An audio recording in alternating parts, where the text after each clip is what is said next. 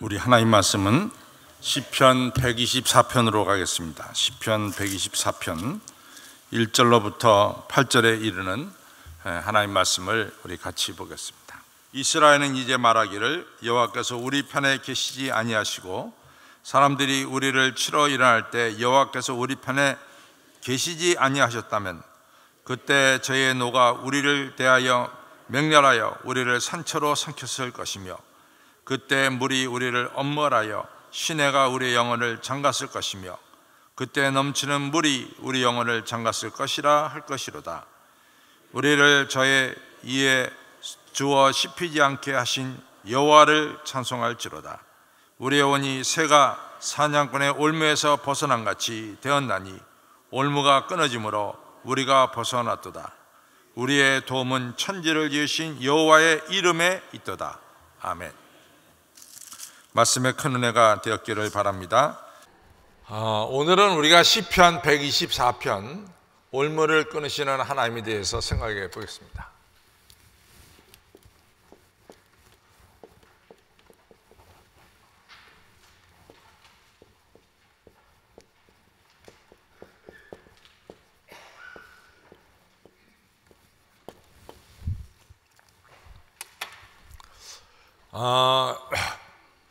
우리가 이제 인생을 살다 보면요, 매우 어렵고 힘든, 그리고 이러다가 죽는구나 이런 느낌을 가질 때도 살다 보면 있어요. 여러분들 생각에 이러다가 죽는 게 이러다가 죽는 거구나 이렇게 느낀 적이 있으세요? 그렇게 많으세요? 이러다가 이렇게 죽는구나 이런 때가 아마 우리 인생에는 있었을 거예요. 저희 어머니가 이제 저한테 말씀하시기를 제가 홍역을 할 때 이러다가 이 아들 잃는구나 이런 생각을 하셨대요. 제가 홍역을 하도 심하게 알아가지고 이러다가 이 아들을 잃는구나. 옛날에는 홍역하다가 자식 잃는 경우가 많이 있었습니다. 그래서 지금이야 우리가 다 홍역 예방주사를 맞기 때문에 홍역 때문에 애들이 죽는 경우는 거의 없는데 저희가 자라날 때만 하더라도 홍역 때문에 생명을 잃는 경우가 많이 있었어요. 그래서 아마 제가 심하게 알았던 것 같아요. 그래서 저희 어머니 나중에 그러시더라고요. 네가 홍역할 때 이러다가 너를 잃는구나 이런 생각까지 했었대요. 사람이 다 이 생명이 상당히 이 경각에 어려움에 처했을 때도 있었습니다.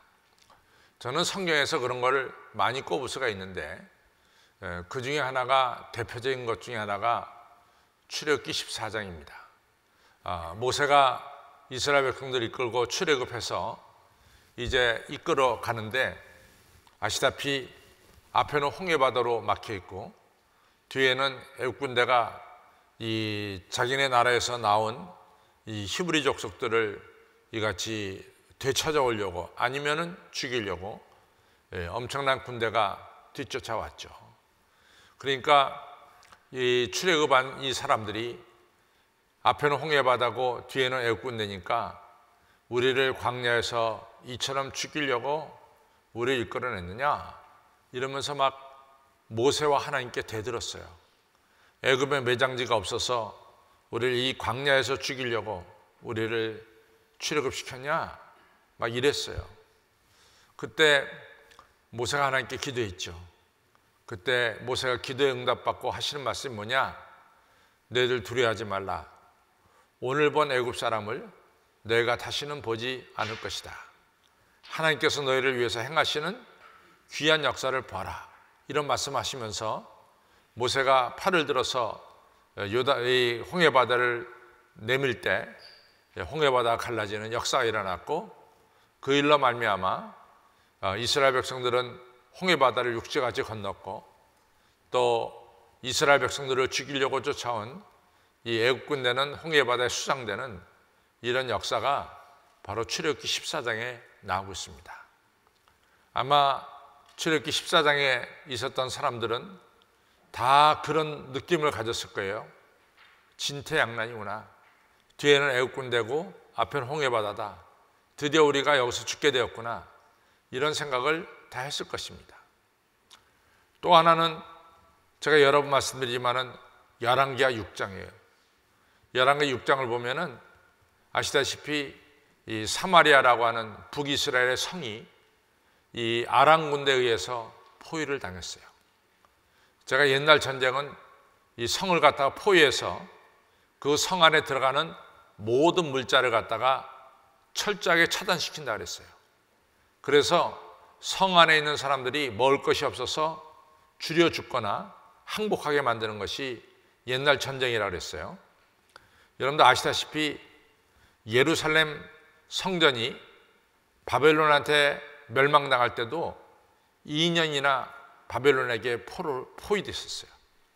그러고 나서 예루살렘 성전까지 무너졌습니다. 마찬가지로 사마리아 성을 갖다가 아마 2년 넘게 이 시리아 군대, 아람 군대가 포위했던 것 같아요.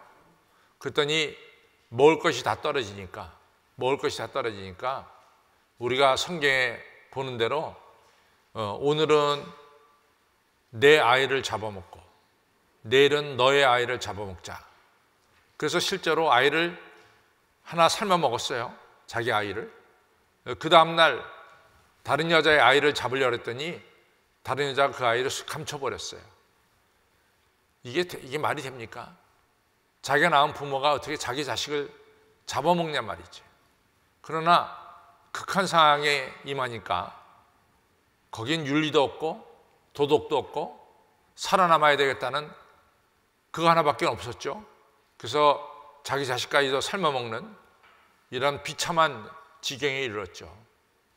왕에게 그 여자가 하소연했어요. 왕인들 그 문제를 어떻게 해결하겠어요?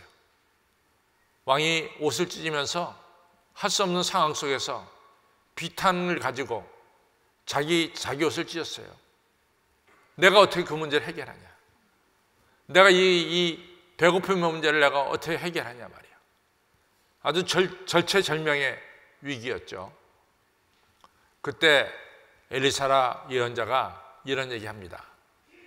하나님께서 내일 아침에 성 앞에 곡식을 산더미처럼 쌓아 주실 것입니다. 하나님이 역사하신 거죠.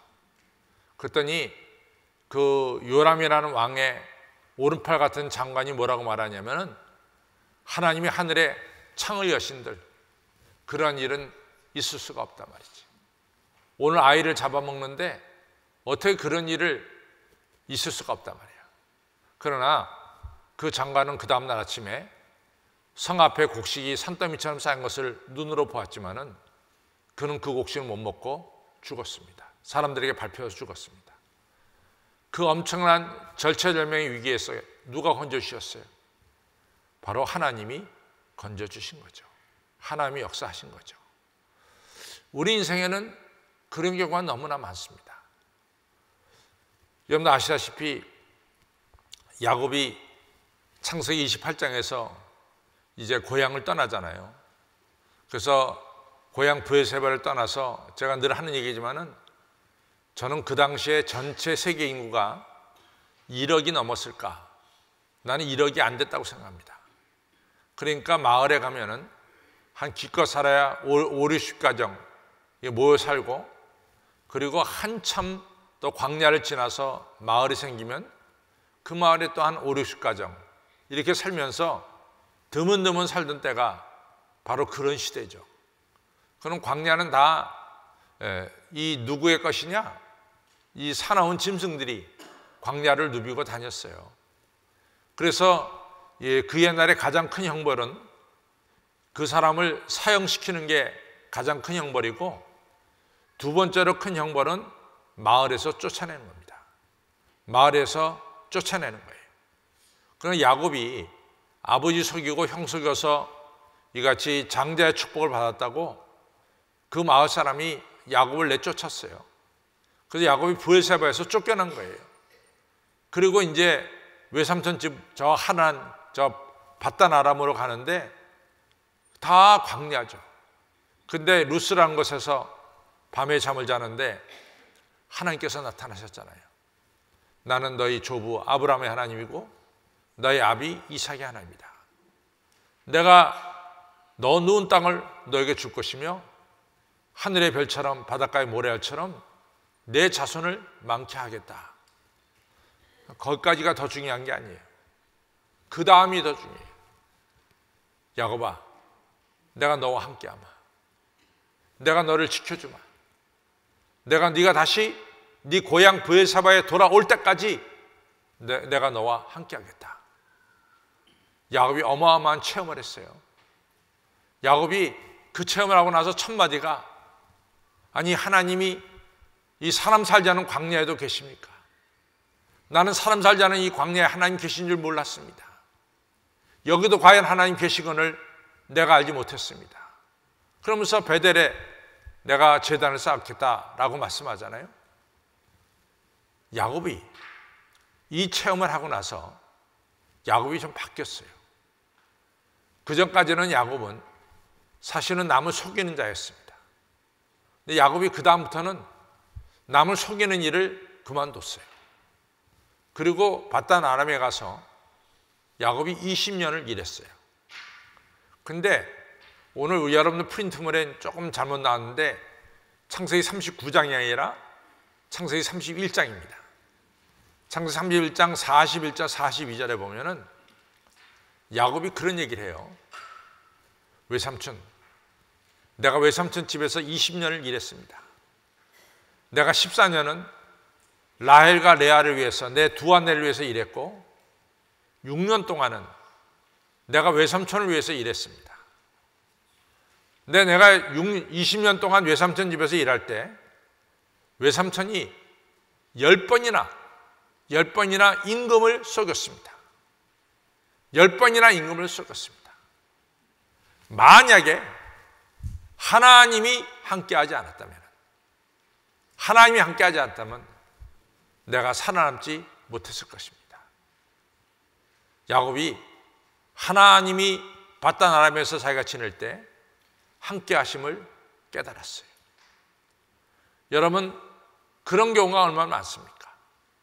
여러분과 제가 정말로 어렵고 힘들고, 이러다가 사람이 죽는구나, 이런 경험과 느낌을 가질 때가 우리의 일생 속에는 충분히 있습니다. 다 있습니다. 아까 여러분들이 있느냐 할 때 여러분들이 대답을 했어요. 여러분들이 다 표현을 못해도 여러분들께서 이러다가 사람이 죽는구나, 이런 느낌을 가질 때도 있고, 이러다가 완전히 망하는 거구나 이렇게 느낄 때도 있고, 이러다가 가족이 깨어지는구나 이런 느낌도 가질 때가 있고, 이런 경우가 우리의 살아오는 삶 속에는 참 많이 있습니다. 근데 이 시간 우리가 되돌아봅시다. 오늘 여러분과 제가 이 자리에 있는 것은 그런 위기 속에서 하나님이 계셨기 때문에 우리를 구해주셨어요. 하나님이 계셨기 때문에 우리를 구해주셨어요. 이 사실을 우리는 잊어서는 안 되죠. 신약에 와서 사도행전 12장으로 넘어가면은 이 헤롯이라고 하는 왕이, 헤롯 안티파스는 왕이 글쎄 말이에요, 야고보를 죽입니다. 야고보. 예수님의 제자 세베대의 아들 요한과 야고보 있잖아요. 그 중에서 제일 먼저 야고보를 죽였어요.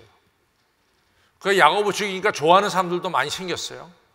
저 예수생이 잘 죽였다, 이런 유대교 주의자들이 있었어요. 그 헤롯이 힘을 얻고, 그 다음에 예수님의 제자 중에 수제자인 베드로를 죽이자, 이래갖고 베드로를 잡아다가 감옥 속에 이같이 죄수 2명하고 묶여가지고 감옥 속에서 지내게 했어요. 내일 아침이면은 이제 베드로가 형장의 이슬로 사라지는 거예요. 근데 그날 저녁에 베드로가 잠잘 때 예수님께서 천사들을 보내서 베드로를 감옥에서 풀어주는 이런 기적 같은 역사를 행하셨습니다. 그래서 베드로가 살아났어요. 베드로가 살아난 것은 하나님의 역사죠. 여러분, 그런 경우가 우리가 얼마나 많아요. 우리가 살다 보면은 정말 쫄딱 망했어요. 제가 이 대청교회라는 데 가서 집회를 했는데 그 교회 장로님이 이런 고백을 해요. 자기가 그 일원동 그 땅에 자기 아버지가 농사를 지었대요. 그래갖고 많은 땅을 자기가 아버지로부터 이 받았대요. 정말 일원동에 그 땅이 지금 서울 삼성병원 들어와 있고 일원동 그 수소에 얼마나 많은 아파트가 세워졌어요. 이 장로님이 어마어마한 부자가 됐어요. 그렇잖아요. 그 땅이 다 아버지가 농사 짓던 땅을 자기가 줬는데 자기가 그걸 갖다가 20대 말에 큰 부자가 됐대요. 20대 말에. 자기가 돈 무서운 줄 모르고 정말 마음대로 써댔대요. 그러다가 이 사람이 어디까지 망했냐면 그 지하에 반지하에서 그 사는 집 이 전세도 못 낼 정도로 돈을 다 없애버렸대요. 자기가 처음으로 거지는 이렇게 되는구나. 그거 갖다가 그때 느꼈대요. 거지는 이렇게 되는구나. 그럴 거 아니겠어요? 거지는 이렇게 되는구나. 이렇게 느꼈대요. 그때 이제 정신 차리고 하나님 만났죠. 지금은 이분이 많이 일어섰어요. 많이 일어서가지고 좀 살게 됐습니다. 그분이 말씀하기를 자기는 그때 하나님 만나지 않았다면 자기는 이 세상에 없대요. 자기가 별 생각을 다 했대요. 그때 자기가 하나님 만나지 않았다면 자기는 이 자리에 없다는 거예요. 그 사람이 어려운 자리에 있을 때 하나님이 구해주신 겁니다. 여러분, 우리의 어려운 순간순간마다 하나님께서 여러분과 저를 지켜주시고 구해주셔서 오늘 이 자리까지 왔다는 것을 꼭 기억하시기를 바랍니다. 오늘 우리가 읽은 시편 124편은 바로 124편을 쓴 시인이 그 체험을 하고 나서 쓴 시예요. 하나의 신앙 고백이죠. 그래서 그런 분명한 느낌을 가지고 시편 124편을 우리 한번 읽어보겠습니다. 시편 124편을 읽어보면 그래요. 이스라엘은 이제 말하기를 여호와께서 우리 편에 계시지 않았다면, 하나님이 우리 편에 계시지 않았다면, 사람들이 우리를 치러 일어날 때 여호와께서 우리 편에 계시지 아니했다면, 하나님이 우리와 함께하지 않았다면, 3절 그때 저 적의 노가 우리를 위하여 맹렬하여 우리를 산채로 삼켰을 것이다. 여기서 적을 갖다가 사나운 짐승 사자나 이런 사나운 짐승으로 표현합니다. 입 벌리고 달려드는 이 사나운 짐승 앞에 우리는 다 물려 죽었을 것이다 이거죠. 물려 죽었을 것이다. 물려 죽었을 것이다 이런 얘기입니다. 여러분들 또 4절에 보면 그 4절에 보면 시작. 그때 우리를 엄몰하여 시내가 우리의 영혼을 잠겼을 것이며 그때 넘치는 물이 우리 영혼을 잠갔을 것이라 할 것이로다. 여러분들 불이 무서워요? 물이 무서워요? 불이 무섭습니까? 물이 무섭습니까? 둘 다 무섭죠? 네. 불도 무섭고 물도 무서워요. 근데 더 무서운 게 뭘까? 불이라고 생각하는 사람 손들. 불. 물이라고 생각하는 사람. 우리 그 성경은 물을 가장 무섭게 여겨요. 성경은 물을 가장 무섭게 여깁니다. 왜냐하면 노아 때 한번 물로 크게 당했거든. 그러니까 물이 무섭다는 걸 알죠. 일본이 쓰나미 때문에 몇만 명이 죽었잖아요. 졸지. 그렇죠? 그래서 이같이 물이 밀려올 때 여러분들 우리가 이 물 때문에 죽은 사람이 얼마나 많아요? 물 때문에. 예. 물 때문에 죽은 사람 많습니다. 이같이 물이 밀려올 때 하나님이 계시지 않았다면 우리는 다 몰살했을 것이다. 이런 고백입니다. 그러니까 이 시인은 마치 사나운 짐승 앞에 놓여진 이 사람처럼 또 쓰나미 앞에 놓여진 사람처럼 정말로 죽을 수밖에 없는 그런 지경에 놓였었습니다. 하나님이 그때 계시지 않았다면 나는 지금 이 자리에 없습니다. 이런 고백이죠. 그렇죠? 네. 그것이 5절까지의 고백입니다. 그럼 6절에서 어떤 이야기가 나오냐? 6절에서 6절 7절에서는 같이 읽겠습니다. 시작. 우리를 저의 이에 주어 씹히지 않게 하신 여호와를 찬송할지어다. 6절은 똑같죠? 하나님께서 사나운 짐승 이에 우리가 씹히지 않도록 지켜주신 하나님을 찬양할지로다. 나를 죽음의 자리에서 살려주신 하나님께 찬송할지어다. 그렇죠? 찬송할지어다. 그 다음에 우리가 시작. 우리 혼이 새 사냥꾼의 올무에서 벗어난 같이 되었나니 올무가 끊어지지 아니하므로 우리가 벗어났도다. 끊어짐으로. 그러니까 올무의 끊쳐. 여러분들 받은 바 은혜를요. 받은 바 은혜를 꼭 기억하며 살아야 됩니다. 예. 우리가 예배드리는 것은 은혜에 대한 우리의 표현이에요. 그래서 사실은 은혜 받지 않은 자가 예배드리는 것은 올바른 예배가 될 수가 없어요. 은혜 받은 자가 드리는 것이 예배예요. 구원의 감격 속에서 나를 구원해 주신 하나님께 감사하면서 드리는 게 예배고 찬양입니다. 그러나 찬양은 우리 신앙 고백이에요. 나를 구해 주신 하나님께 찬양하는 것은 우리의 신앙 고백입니다. 그러니까 우리 예배는 감사가 있어야 되고 기쁨이 있어야 되고 열정이 있어야 되는 거예요.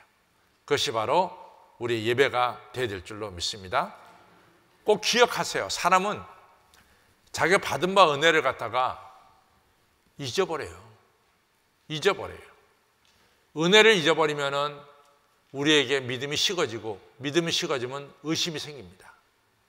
은혜가 기억되면 여러분과 저와 감사가 계속되고 감사가 계속되면은 우리에게 축복과 은혜가 계속해서 내려지는 거예요. 그러니까 은혜를 기억하는 것처럼 중요한 게 없어요. 은혜를 잠깐만 되새겨야 돼. 되새기는 것처럼 중요한 게 없어요. 그래서 구약의 예배는 맨 처음에 우리에게 베푸신 은혜를 제사장이 나와서 쭉 읽어갑니다. 그러면 그것을 들으면서 예배에 참여한 분들이 그래요. 그랬지. 우리 하나님이 우리를 그랬지. 우리를 애굽의 노예살이에서 우리를 건져냈지. 우리 하나님이 우리를 죽을 자에서 건져냈지. 이러면서 그 은혜를 되새기면서 그러니까 점점점 뭐예요? 감사와 감격이 이같이 생기는 거죠. 그 다음부터 이제 찬양이 일어나고 말씀을 듣고 또 우리가 은혜에 보답하지 못한 생활에 회개하고 이러면서 구약의 예배가 진행된 것을 우리가 여호수아서 24장에서 볼 수가 있어요. 제가 언젠가도 그런 얘기를 했죠.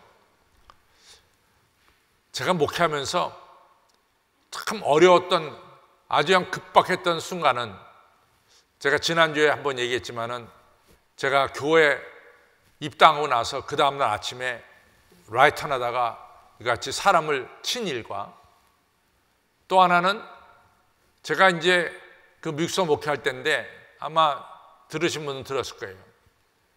그 노인 아파트, 시니어 시티즌 아파트가 난 지금 그 아파트 주소도 다 알아요. 624 사우스 올리브 스트리트에 있어요. 그래갖고 그 올리브 스트리트 624 사우스 올리브 스트리트에 가면은 높은 빌딩 하나 있는데 그 빌딩 전체가 이 시니어 시티즌 아파트멘트예요. 그러니까 저희 교회 교인들도 거기 많이 살고 계셨어요. 그런데 우리 권사님 한 분이 교회를 갔다가 한 2주 정도 빠졌어요. 그러니까 신방을 가야죠. 제가 신방을 갔습니다.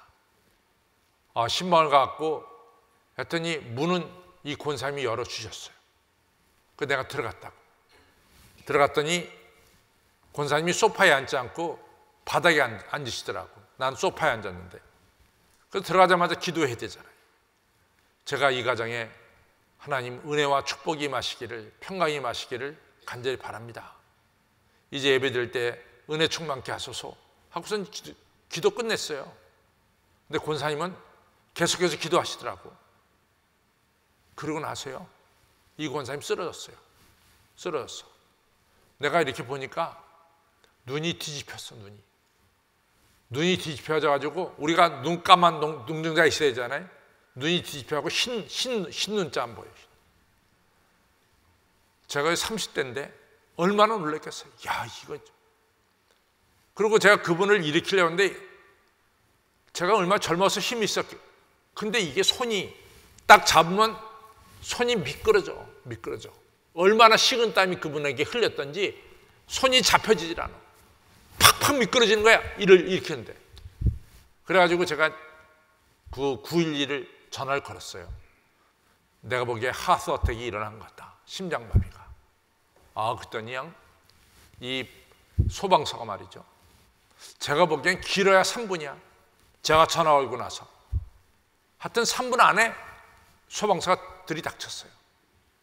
들이닥쳐갖고 난 지금도 눈에 생생해요. 그냥 소방사 오자마자 팔뚝에다가 바늘 하나 떡 꼽더라고. 주사기. 검은 피가 쫙 흘러나. 산소호흡기 끼고. 그리고 그 길로 병원으로 데려가더라고. 산소호흡기 끼워놓고. 나는 그분이 세상을 그 순간 잘못하면 세상 떠나는 거지. 그분이 살아났어요. 저는 얼마나 감사한지 몰라. 제가 그분이 살아났기 때문에 오늘 이 자리에 있어. 한번 생각해봐요. 그분이 세상을 떠났다고 쳐. 그러니까 그러면은 그때 강 목사가 신방 갔더니 교인은 죽더라 이렇게 된다고. 그러니까 강 목사가 신방 갔는데 죽을 사람이 살아났다. 이러니까 내가 오늘 이 자리에 있지. 이게 그 아들 3명이 정말 공부 잘했어. 경기고등학교 3명이 다 나오고 다 서울대학교 다 나왔어. 그래가지고 이 3명이 말이지 자기 어머니 살렸다고 3명이 나한테 다 무릎을 꿇더라고. 목사인데 젊은 목사한테. 목사님은 우리 어머니의 생명의 은인입니다. 그러더라고. 그래서 그 권사님도 나중에 이제 병원에서 나와가지고 목사님이 이 은혜를 어떻게 갚으면 좋겠습니까? 목사님 말씀만 하세요. 저희들이 다 해드릴 겁니다. 그래. 그래서 제가 그랬어요. 딴 얘기 하지 않고 교회 열심히 다니시라고. 이 앞으로의 생명은 하나님이 덤으로 준 인생이니까 교회 빠지지 마시고 열심히 다니면서 신앙생활 하시라고. 아유, 그거야 우리가 당연히 하는 거죠. 당연히 하는 거래, 당연히. 제가 보니까 3개월이 딱 지나니까 빠지기 시작해. 은혜를 기억하지 않으면 3개월 지나면 다 잊어버려.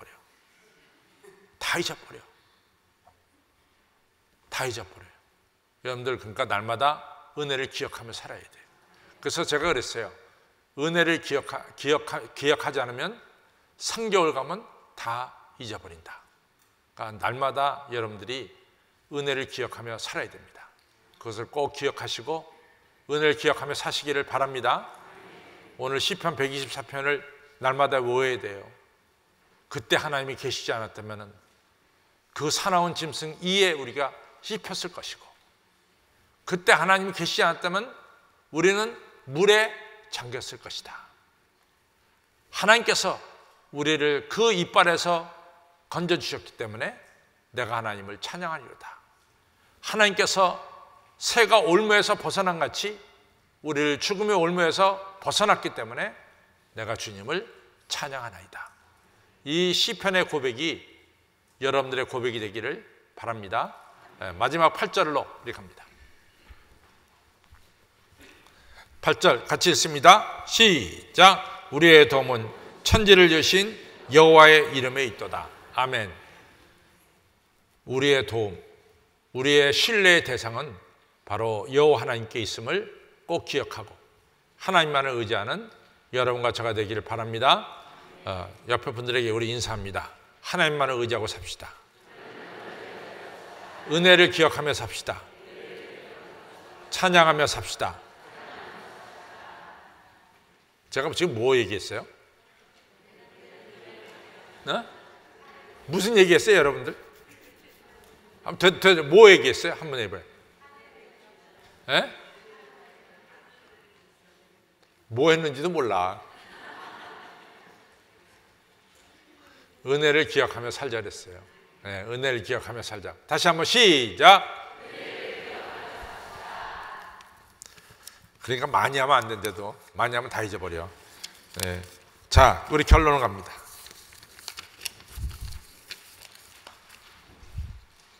시작. 인생을 살아오면서 짐승의 낯선 이빨 앞에 선 때도 있었고 사냥꾼의 올매에 걸린 것처럼 벗어나기 어려웠을 때도 있었습니다. 마치 죽을 것만 같을 때도 있었습니다. 그러나 되돌아보면 하나님께서 개입하셔서 그 절체절명의 위기에서 우리를 건져주셨던 것입니다.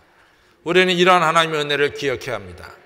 이렇게 하나님의 은혜를 깨닫고 하나님을 찬양하고 우리의 하나님이 창조자이심을 알고 하나님을 신뢰할 때 사도 바울의 고백처럼 내가 확신하노니 사망이나 생명이나 천사들이나 권사들이나 현재이나 장래이나 능력이나 높음이나 깊음이나 다른 아무 피조물이라도 우리를 우리 주 그리스도 예수 안에 있는 하나님의 사랑에서 끊을 수 없으리라고 고백할 수 있습니다. 성도 여러분, 하나님의 은혜를 깨닫고 하나님을 찬양하시고 창조자 하나님을 기억하고 하나님을 신뢰하셔서 언제나 하나님과 함께 승리하는 삶을 사시기를 주님의 이름으로 축원합니다.